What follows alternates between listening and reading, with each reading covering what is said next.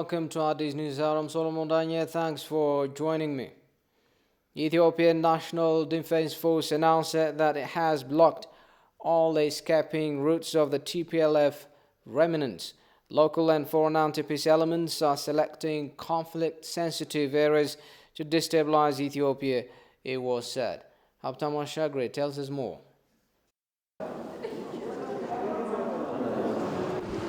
Before 2 weeks, the Ethiopian National Defense Force said it is taking proper measures to close all escaping routes to block the move of junta mafias out of Ethiopia. Briefing journalists Friday, head of Defense Combat Engineering of the Ethiopian National Defense Force, Lieutenant General Bacha Dabale, said that PLF mafias' escaping trials have failed.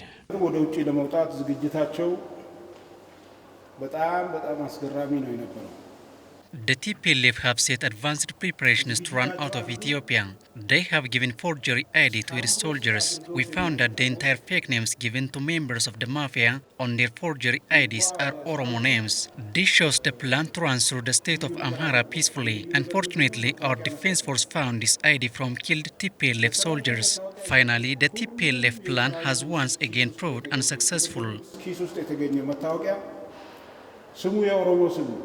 The nation's defense force is striving hard to restore conflicts and instabilities in other parts of the country, he stressed. According to the Lieutenant General Bacha, the rest of the PLF mafias are relentlessly working to instigate and provoking conflicts and instabilities among Ethiopians.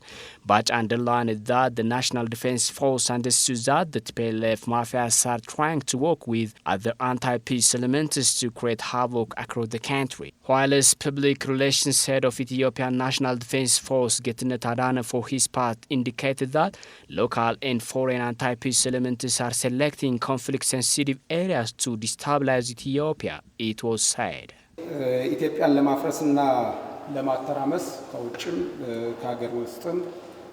Anti-peace elements are selecting conflict-sensitive areas to destabilize Ethiopia. They have been working to create conflicts and instabilities by killing innocent persons, sponsoring ethnic clashes as well as religious tensions. Thus, we can mention the command case, instabilities in Amhara, Benishangul Gumuz and Oromia states. These places are too sensitive to create havoc. To make once clear, our defense understood all these conditions. As a result, there is no domestic and foreign power stop us to make our country peaceful.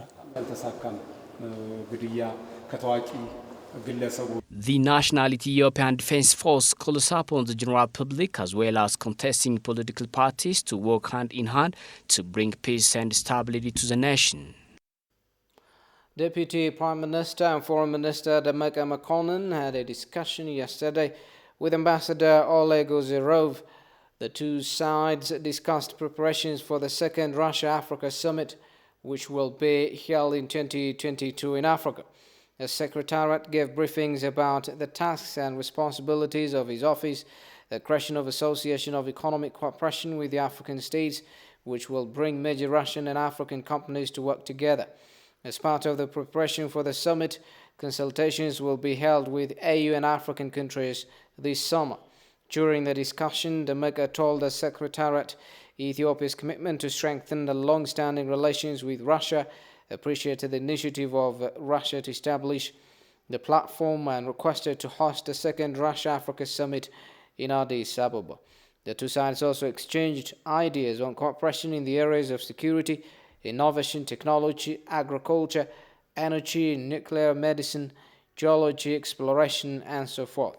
The first Russia-Africa summit was held in October 2019 in Sochi, Russia, in which Prime Minister Abiy Ahmed took part. Ambassador Oleg Ozerov also presented the invitation of Foreign Minister Sergei Lavrov to Demeke Mekonnen to visit Moscow.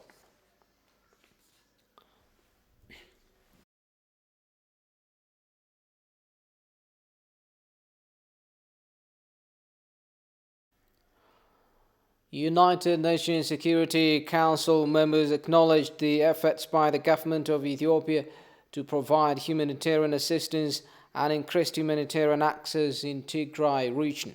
Ethiopian Permanent Mission in response appreciates members of the Council for their support to Ethiopia. Sintayo Tamrat has more. Since Ethiopia started law enforcement operation in Tigray after the TPLF junta attacked the National Defense Force North Command, the United Nations Security Council has dwelt on the issue several times. In its latest event on Thursday, the Security Council members acknowledged the efforts by the government of Ethiopia to provide humanitarian assistance and to provide increased humanitarian access in Tigray region. The members of the Security Council recognized nevertheless that humanitarian challenges remain.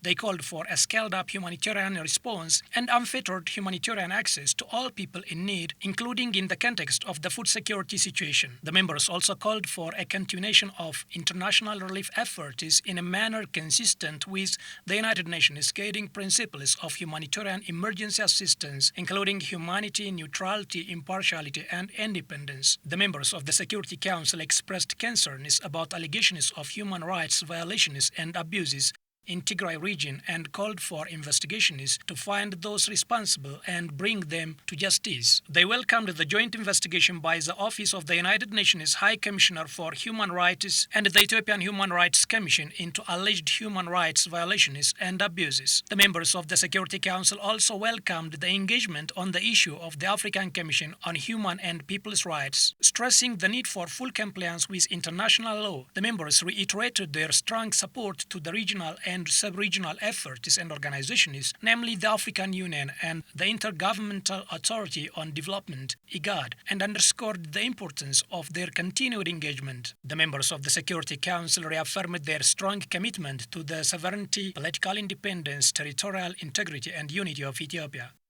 Ethiopian Permanent Mission to the UN for its part expressed its appreciation to the friendly members of the Council for their constructive considerations, continued support, and understanding of the situation in Ethiopia. The mission underscored that the law enforcement operation in Ethiopia is an internal affair regulated by the laws of the country, including human rights laws. The operation undertaken to restore law and order in the Tigray region is within the sovereign purview of the state. Ethiopia is currently providing a significant portion of the humanitarian assistance delivered to those in need and will continue to allocate the maximum available resources, the mission said. The mission called on international partners to scale up assistance to satisfy humanitarian needs in the Tigray region and beyond. The commitment to investigate and ensure accountability for alleged violations of human rights will be upheld, the permanent mission stated. In a related development, Ethiopian Minister of Foreign Affairs dubs UN security latest stance as a big-time recognition for Ethiopia. In an exclusive interview with the TV language, the spokesperson, Ambassador Dina Mufti, said the statement disproves the wrong narratives about Ethiopia.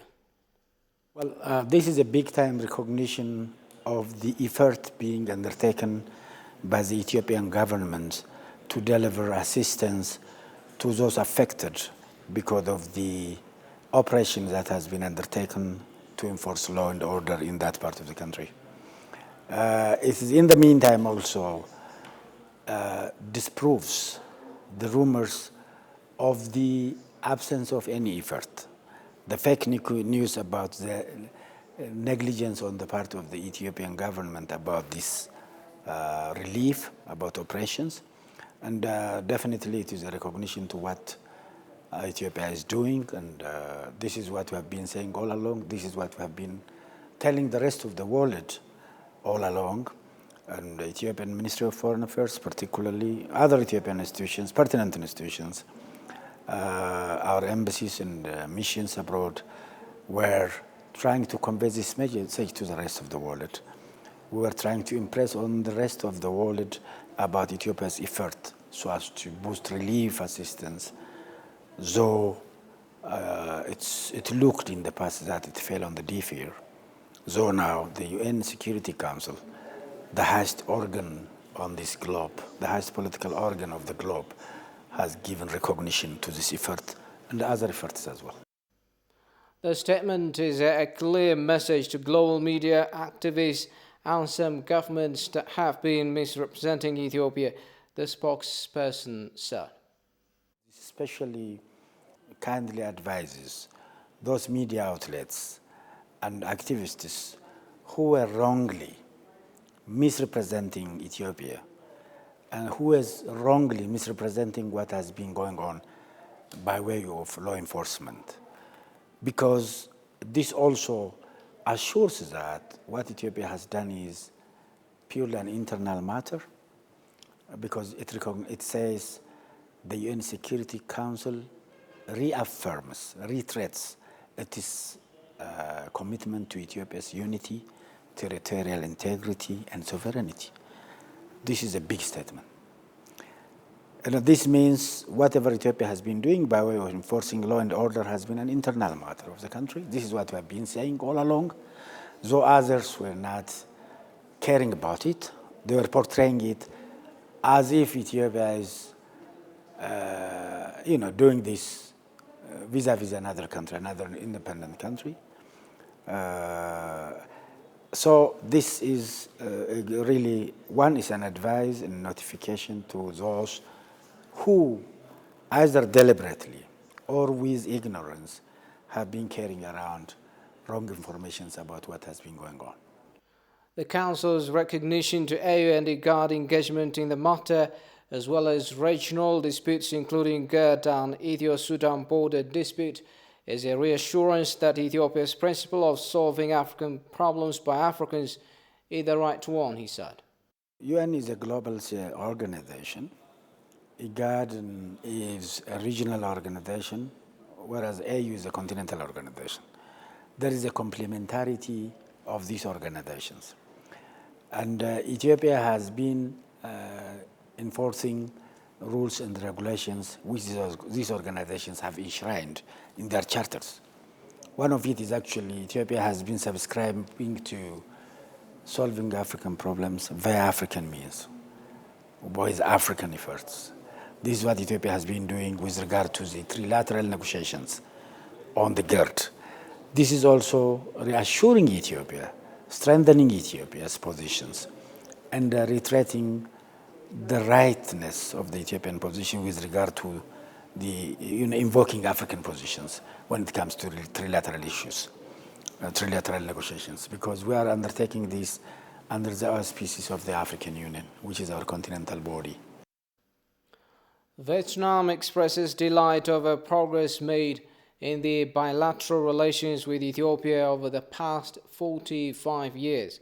The country's Minister of Foreign Affairs, Bathuna Son, on Thursday had a phone call with Deputy Prime Minister and Foreign Minister of Ethiopia, Demeke Mekonnen, to discuss bilateral ties and coordination at multilateral forums on the occasion of the two nations marking the 45th anniversary of their diplomatic relations. Congratulating Son on his recent appointment as Foreign Minister, Demeke said the Ethiopian government attaches importance to fostering friendship and collaboration with Vietnam. The two sides also discussed a number of regional and international issues of mutual concern. Son said Vietnam supports the settlement of all international disputes through peaceful ways in line with the UN international law and the UN Charter. World Bank has granted $907 million to 3 projects implemented in Ethiopia. A deal of support has been signed today by the Ministry of Finance and World Bank. The agreement was signed by Finance Minister Ahmed Shide and World Bank Group East Africa Director Osman Dion. The agreement will be used to support 3 core projects. The first $200 million agreement is to be spent on micro and small enterprises in Ethiopia. The additional $500 million agreement is to create a private sector of capital and sustainable financial options for the country. The last deal of $207 million is the financial support to reduce the risk of the COVID-19 pandemic in Ethiopia.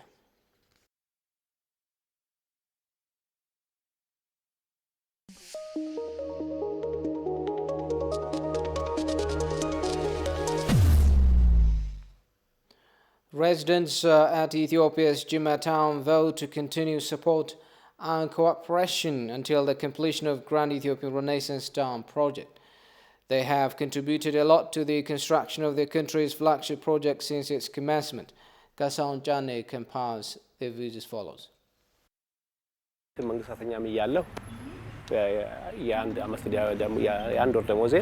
When I was a government official as well, I had given my monthly salary to the construction of the dam, and after that, I privately bought a 10,000 bond. For the future as well, I'm going to mobilize the public, encourage and do many things for the completion of the dam, as it is about on a good move.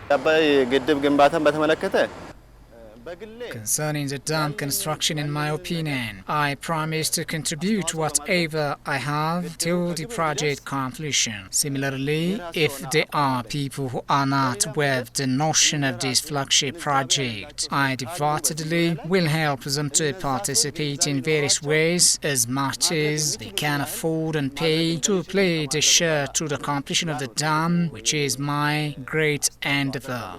ከተማሪ እኔ ዩኒት ሊደር ነበርኩ ክፍለ ለቃ ነበርኩ ክፍለ ለቃውኛ ያያለው ከተማሪ 10 ብር እየሰበሰብኩ When I was a student, I was a monitor of my class, and during the time, I was trying to play my share through fundraising by collecting money from the students, by coordinating, and then we had bought a bond with our names and had given the bond to the junior secondary school so far. Right after that, I privately bought on my own, and then we together, through an association, bought a 10,000 birr bond. And again, we also will buy bonds considering the dam as it is part and parcel of our life. I strongly believe that it does not belong to the party or a certain government. Party and government will come and go, but the dam is our resource and we must safeguard it. As a result, I'd like to urge Ethiopians we should finalize our dam, paying whatever the cost, being hand in glove.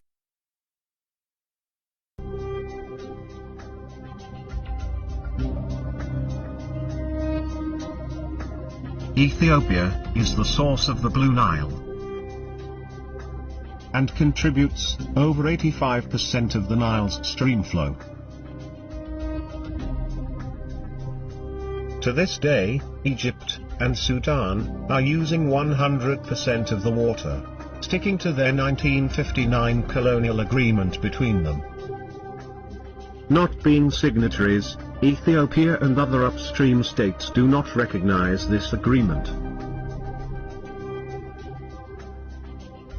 Ethiopia is at the eve of completing the Great Renaissance Dam.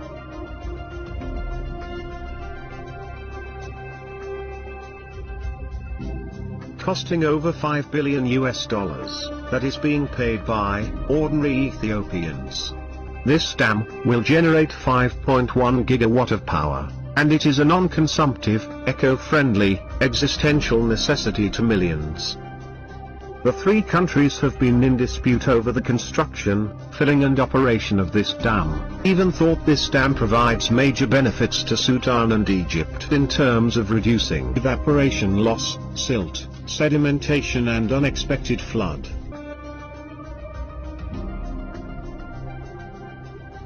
This dam is not just about generating power.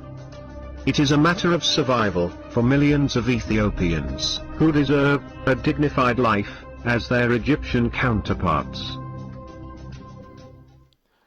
This is Addis News Hour. State Chief of Amhara Agenyo Teshaga said federal and regional governments are working to seek lasting solutions to stop the killing of Amhara ethnics. Agenyo, however, said that though most of demonstrations in various towns against the arbitrary killings were peaceful, there was a tendency to hijack some of the events out of political motives. Demis Mokrel tells us more. Head of Amhara Regional State Agenyo Teshaga gave press briefing on current issues. The briefing focuses on the attack of members of the Amhara community residing in Oromia and Benishangul Gumuz regional states, as well as the recent killings in Amhara region, particularly in North Shoa and Oromia special zones. Agenyo blames anti-Amhara and Oromo people OLF Shene for the attack and said both the federal and regional governments are working to seek lasting solutions. በማንነታችን ምክንያት የሚደረግ ጥቃት ባለፉት 50-60 ዓመታት የተዘራ ዘር ነው። We are attacked because of our identity, and it is a cumulative impact of the hate narratives by TPLF over the last 50 years. We are currently working to seek lasting solutions for the killing of our people, and we learned that it needs lots of struggle. We are currently working closely with the Oromia region and federal governments to stop such killings, and I believe it bears result in the near future. ከፍተኛ ትግል ማድረግ አለብን። በተለይም ደግሞ የአማራ ክልል መንግስት ከኦሮሚያ ብሔራዊ ክልላዊ መንግስት ጋር Agenyo said the demonstrations held at various cities and towns of Amhara regions that protest the killing of Amharas have been largely peaceful, and he thanked the youth for their contribution in this regard. Agenyo, who noted the demonstration was appropriate, also indicated those who hijacked the demonstration for political motives will be held responsible. ሰልፉን ወደ ነውጥ ለመቀየር ወደ ግጭት ለመቀየር ታልሞ ተሰርቷል። There was an attempt to change the peaceful protest into violence, but we managed it before it went wrong, and I thank our youth and security forces for doing so. Some of the messages displayed in the demonstration were improper, and they never represent the Amhara people. So I want to make clear to all Ethiopian people that this is not the issue of our people. Agenyo expressed members of the Amhara community are living almost in every part of Ethiopia, and he underlined the need of a people is only peaceful coexistence. In so doing, the regional government's effort to ensure peace both in and out of the region will continue further, according to Agenyo.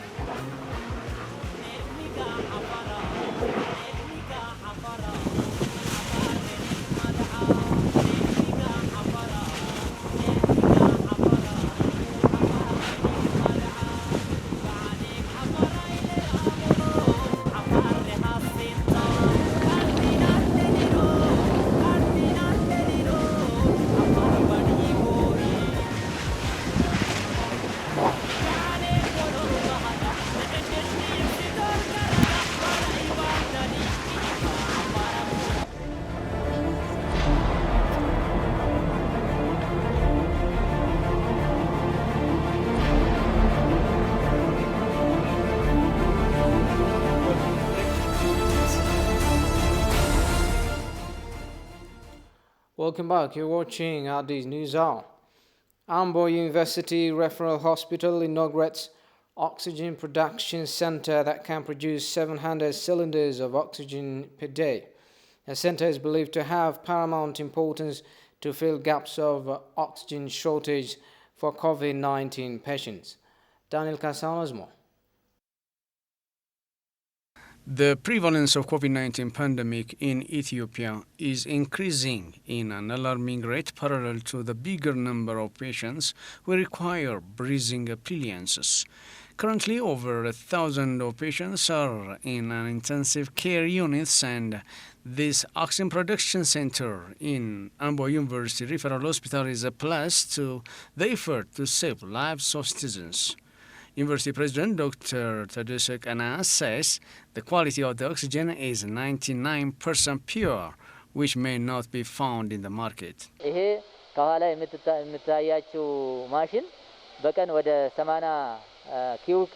The machine you observe here has 80 cubic meter production capacity per day. We have 2 units and each of them can fill 350 cylinders per day. The quality of the oxygen is 99% pure, which may not be found in the market. The oxygen production factory has huge significance to supply health facilities in the western part of Ethiopia. In the health facilities in the zone, there is only one hospital that can supply oxygen. Ambo becomes the second one with reliable capacity. Director General of Ambo University Referral Hospital, Dr. Gonfa Moti, for his part, articulated the establishment of oxygen production plant in the hospital is cost-effective.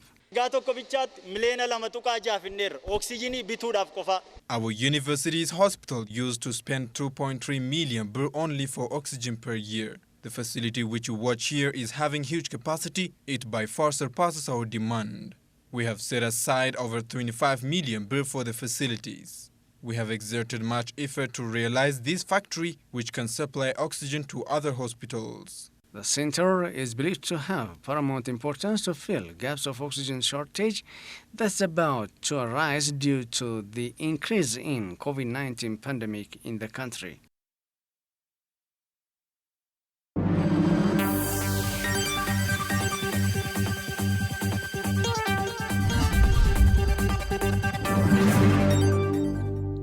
The sixth general elections approach. The unexpected small voters' registration turnout perplexed many who closely follow the process. One among these groups is the Ethiopian Civil Society Organizations for Elections, which attributed voters' discouragement to the recurrent security problems observed in the country.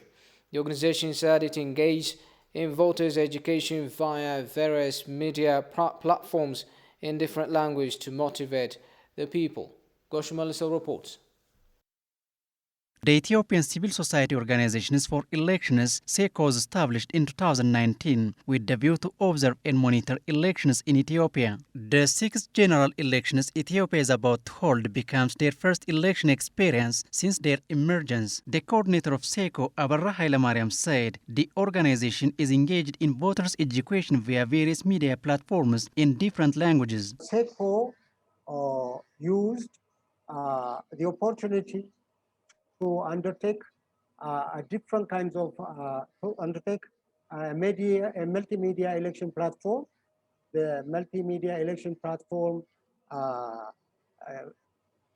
uses mainstream media, the social media, digital media, IEC material, and other tools to reach the general public. So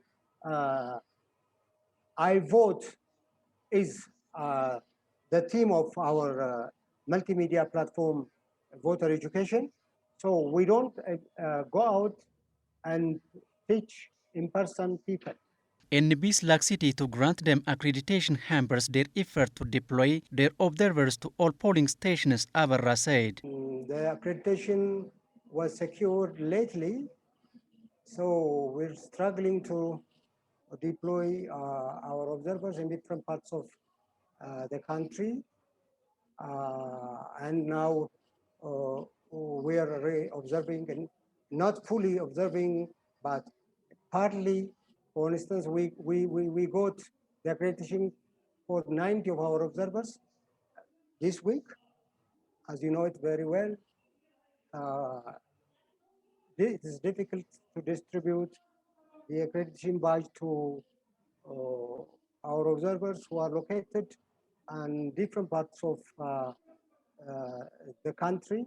Consortium of Christian Relief and Development Association is also preparing itself to play its fair share in the upcoming general election in Amhara, Oromia, southern states and other remote areas. The association urged civil society organizations and the media to discharge their responsibility for the peaceful conduct of the election. The media is extremely important in this election. I just want to really emphasize that media is the one that can create a peaceful election, a peaceful